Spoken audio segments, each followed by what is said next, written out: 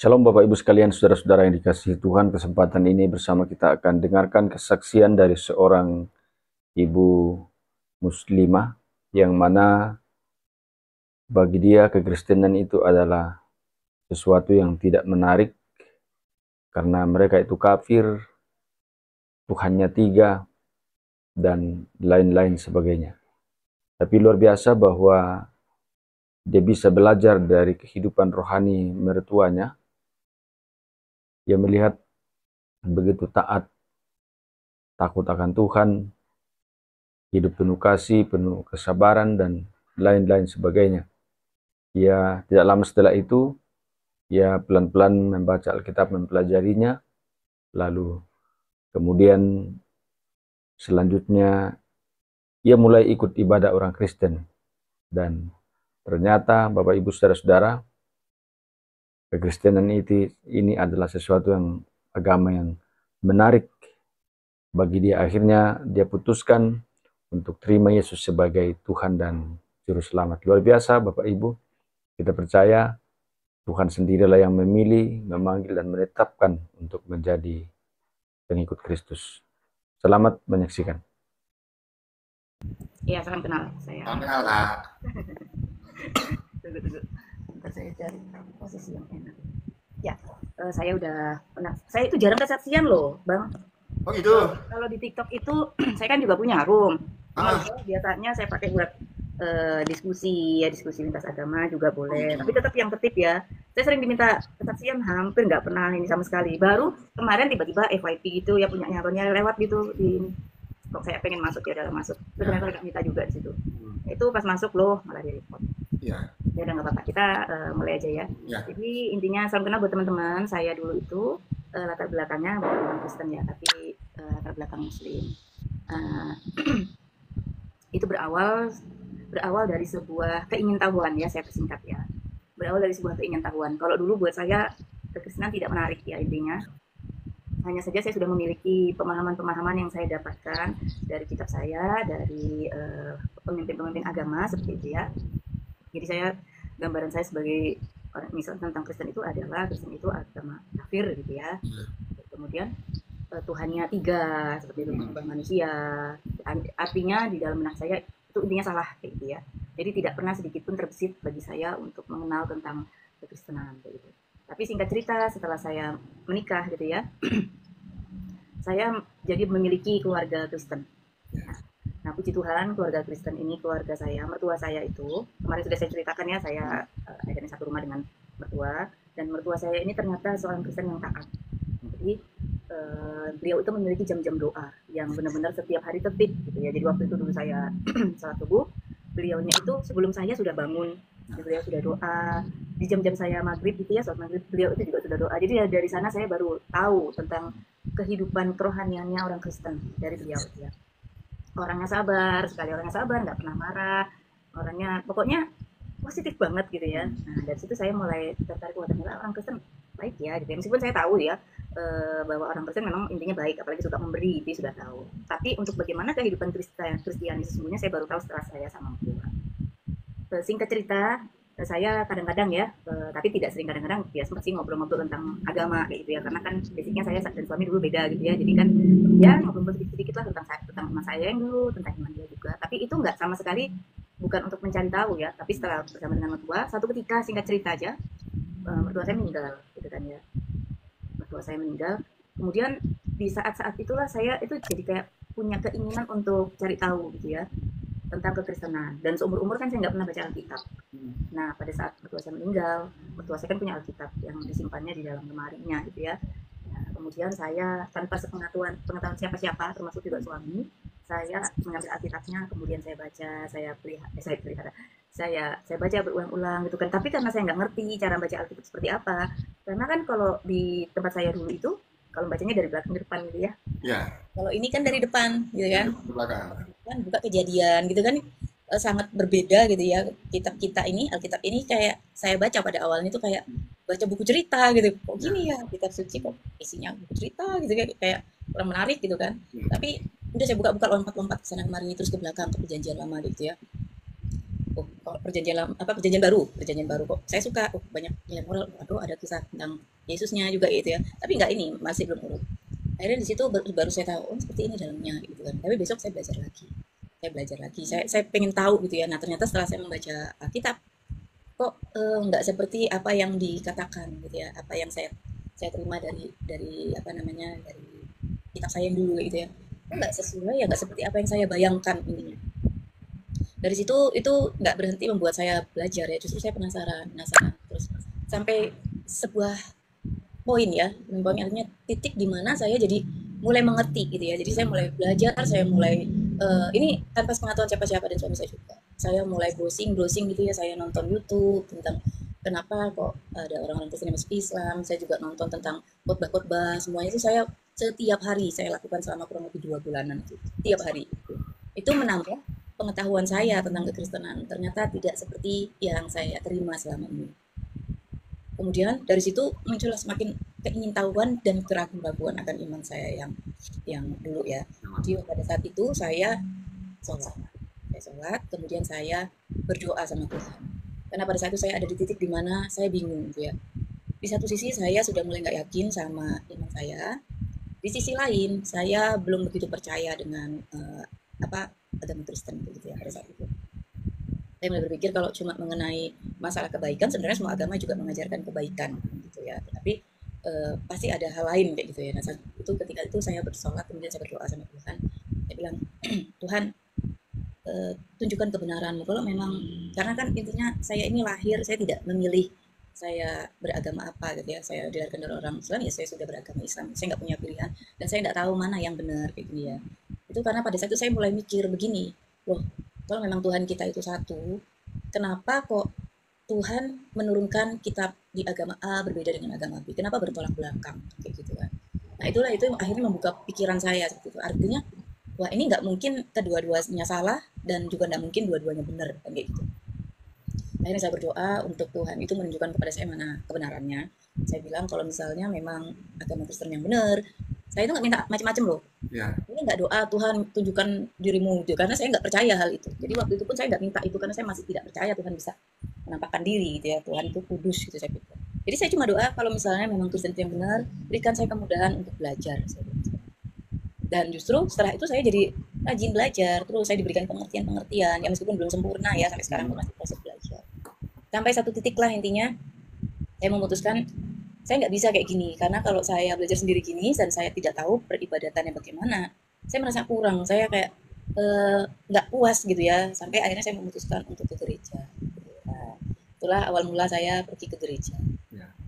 Dan di awal mula itu pun saya sudah merasakan hal yang berbeda. Jadi waktu saya pertama kali naik ke gereja, kebetulan gereja saya itu tingkat gitu ya, jadi saya naik tangga, saya merasakan kayak ada sesuatu yang beda. Itu saya itu kayak berat gitu ya, kaki saya terus itu berat dibuat melangkah gitu ya, ada perasaan bahwa aduh apa ini karena aku kafir ya kayak gitu kan ya, sudah memberanikan diri ke gereja, itu kan dosa kan sebenarnya kalau.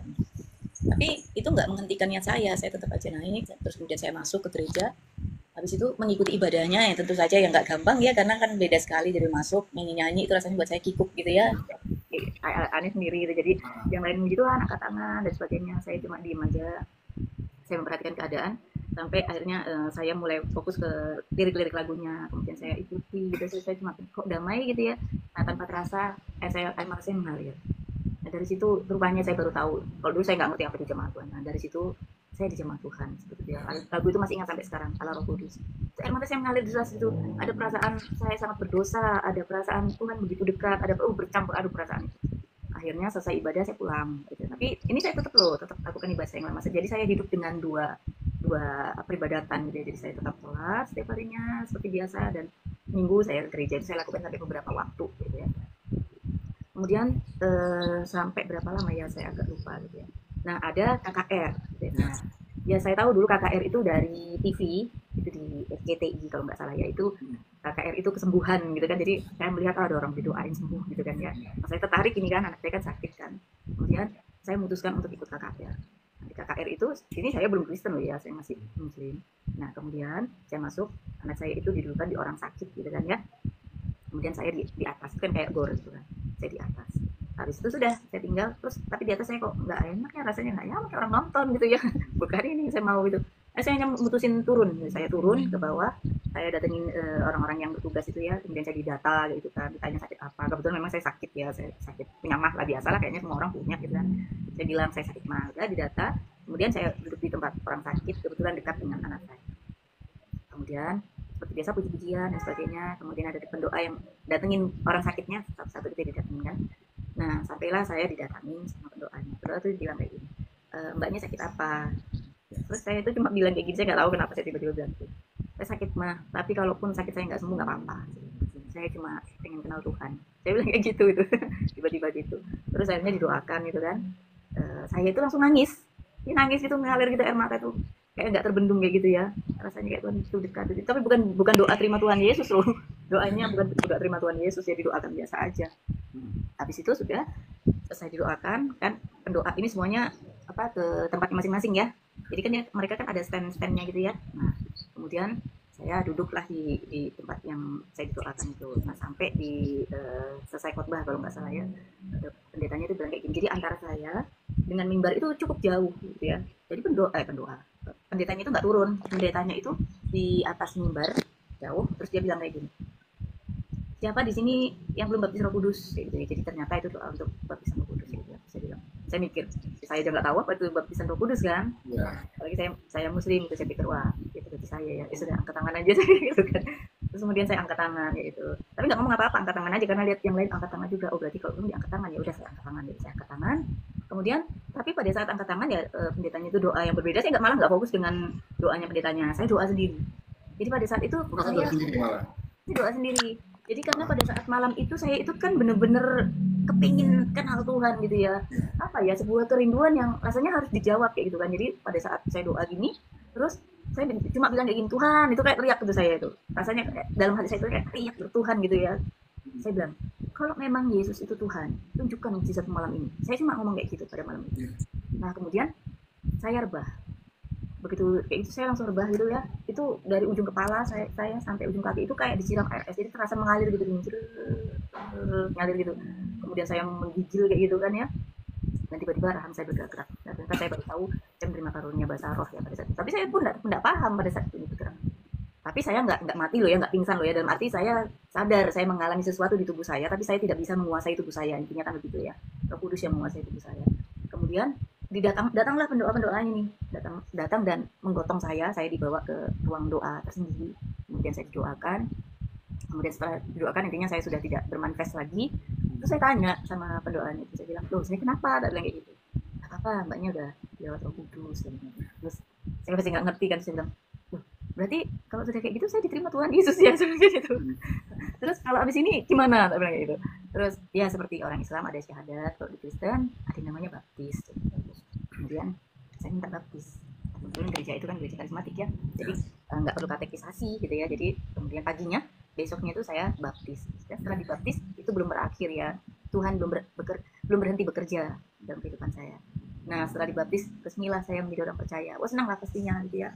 Itu awal tapi gitu ya. Kemudian sorry ya saya nggak pakai tripod jadi goyang-goyang. Nggak apa-apa. Terus setelah dibaptis saya kembali. Itu saya tapi belum ini loh ya, saya masih proses, nggak berani mendeklarasikan saya sudah jadi orang Kristen ya. Jadi saya tetap pakai hijab. Saya pada saat itu pengurus pengajian juga ya, salah satu pengurus juga gitu. Saya masih megang tanggung jawab. Kemudian saya di lingkungan juga masih pakai hijab ya. Saya belum berani pada saat itu. Nah setelah itu saya masih melakukan 2 peribadatan ya. Jadi saya masih tetap sholat gitu, pengajian, tapi saya juga ibadah sampai beberapa waktu. Nah setelah baptisan itu, kemudian minggu saya beribadah itu saya mengalami yang namanya sama kayak yang awal. Jadi saya juga dilawat Roh Kudus setiap kali, cuman ini bedanya saya lebih peka. Jadi setiap kali ibadah saya itu bisa merasakan apa ya, tubuh saya itu sangat peka sekali, sampai saya ngerasa nggak kayak biasanya. Saya beda gitu ya. Kalau sudah saya mulai kusuk, kalau orang Islam bilangnya saya sudah masuk dalam hadirat Tuhan, saya itu sudah merasakan beda gitu, dan itu saya langsung rebah. Itu setiap kali ibadah saya seperti itu, saya langsung rebah dan saya langsung berbahasa hal seperti itu sampai selama 2 bulan saya seperti itu. Dan itu nggak cuma di situ, di rumah pun begitu. Ketika saya saat teduh di rumah sendiri ya, saya mulai membangun saat teduh juga. Kemudian saya baca Alkitab itu bisa tiba-tiba juga. Nah yang lucu, satu ketika saya ke pengajian. Nah, tapi saya mulai mengurangi sudah ibadah saya sudah mulai bolong-bolong, saya sudah mulai lepasin kan satu-satu. Tapi tanggung jawab saya kan nggak bisa lepas karena saya harus izin dulu gitu kan. Nah, saya waktu itu ke pengajian, kemudian uh, saya ngajar ngaji juga waktu itu ngajar apa namanya masih ikro kayak gitu ya masih yang masih ibu-ibu yang nggak bisa ngaji gitu ya banyak ibu yang belum bisa ngaji gitu ya. Nah terus kemudian sampai di musola itu tiba-tiba saya berbahasa Arab gitu saya kaget. Waduh ini kalau kalau misalnya mereka tahu nih kenapa nih Wulan ini aneh gitu kan. Waduh kenapa nih? Waduh kok saya mau berbahasa Arab ini kan. Terus apa namanya saya pulang. Ada sama ini nggak bisa kayak gini. Akhirnya saya pulang kayak gitu kan. Saya berdoa sama Tuhan gitu kan. Ya memang intinya kan memang harus saya tinggalkan semua. Cuma saya butuh proses.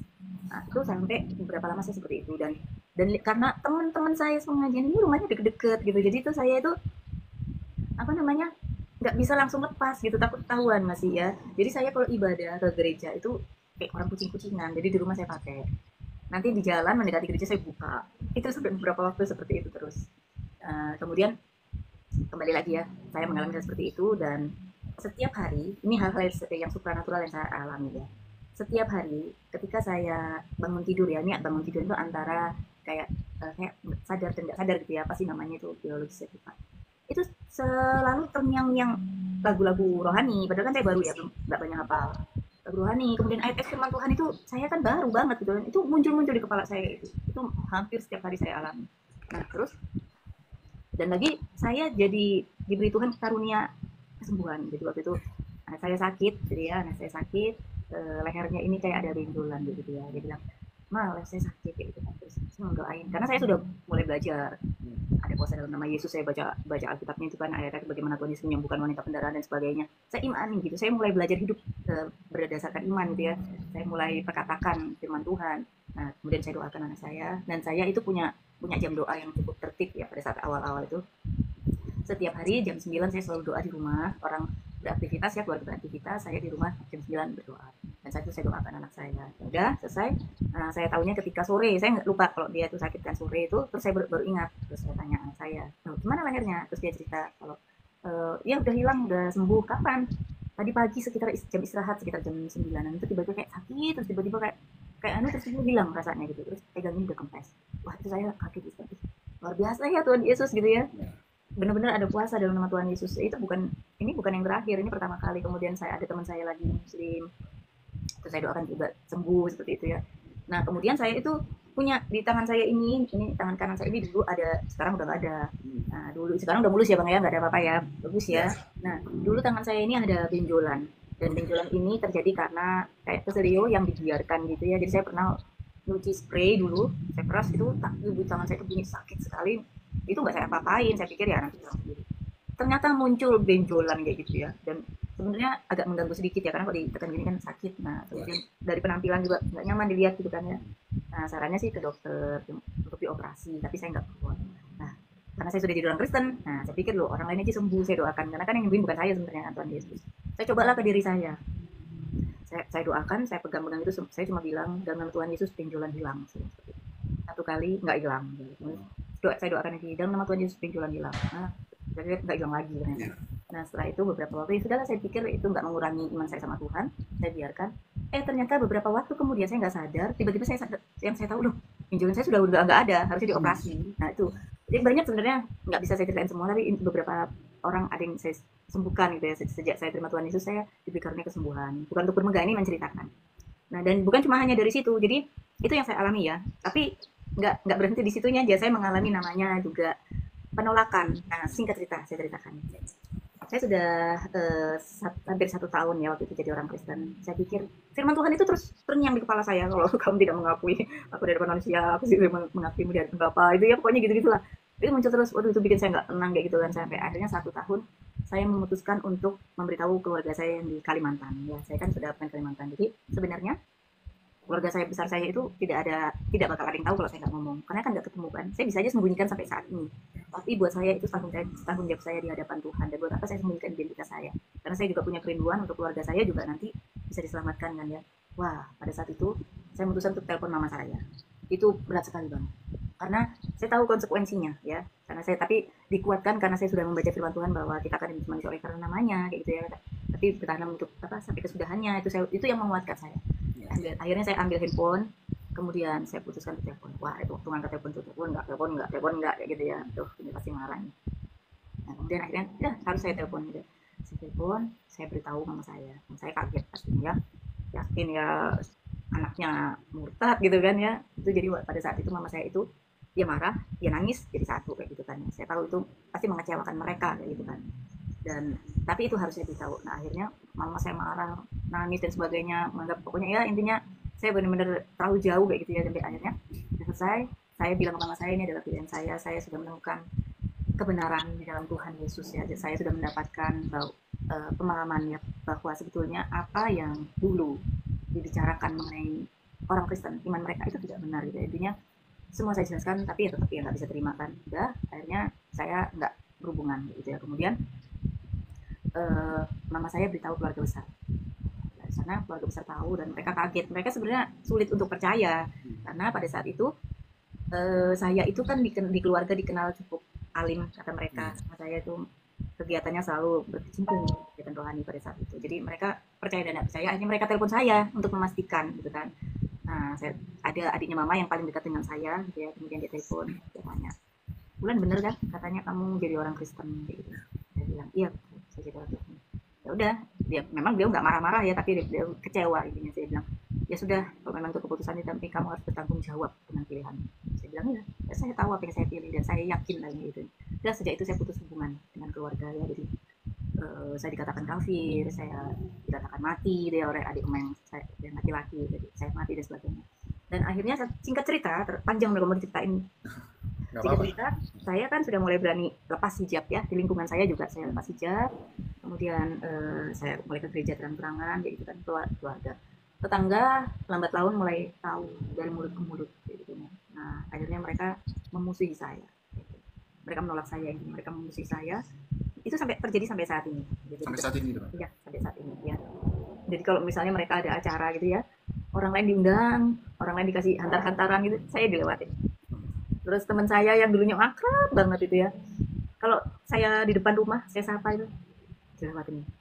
Kayak saya dianggap patung, itu saya alami. Tapi itu tidak menyurutkan iman saya ya, tidak membuat saya kecewa sama Tuhan, karena saya tahu itulah salib kita gitu ya. Kita mengikut Kristus itu harus sangkal diri pikul salib, dan itu yang harus saya lakukan gitu. Nah, akhirnya ya itulah yang saya alami. Tetapi yang membuat saya sangat bangga sekaligus bahagia ikut Tuhan Yesus itu ya, pertama memang bukan saya yang memilih Tuhan ya intinya ya, karena kalau dipikir nggak mungkin rasanya saya bisa jadi orang Kristen, tapi karena Tuhan pilih saya.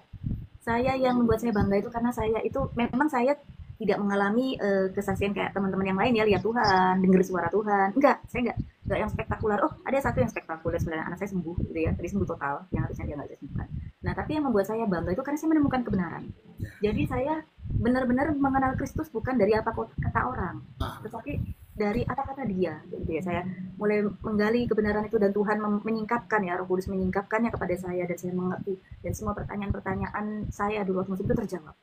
Saya mulai mengetahui bahwa dulu saya sebenarnya saya takut sih, saya mau lebih dalam, takut nanti di-report lagi gitu ya. Saya kalau bahas yang jadi ada ayat-ayat yang dulunya benar-benar ini ya, akhirnya terjawab. Ternyata Tritunggal justru menjawab segalanya. Saya mulai mengerti apa itu Allah Tritunggal. Saya mulai mengerti seperti apa Kristus itu ya. Saya sudah tidak pusing lagi dengan Tuhan kok makan, Tuhan kok ini, karena saya sudah mendapatkan jawaban itu semua.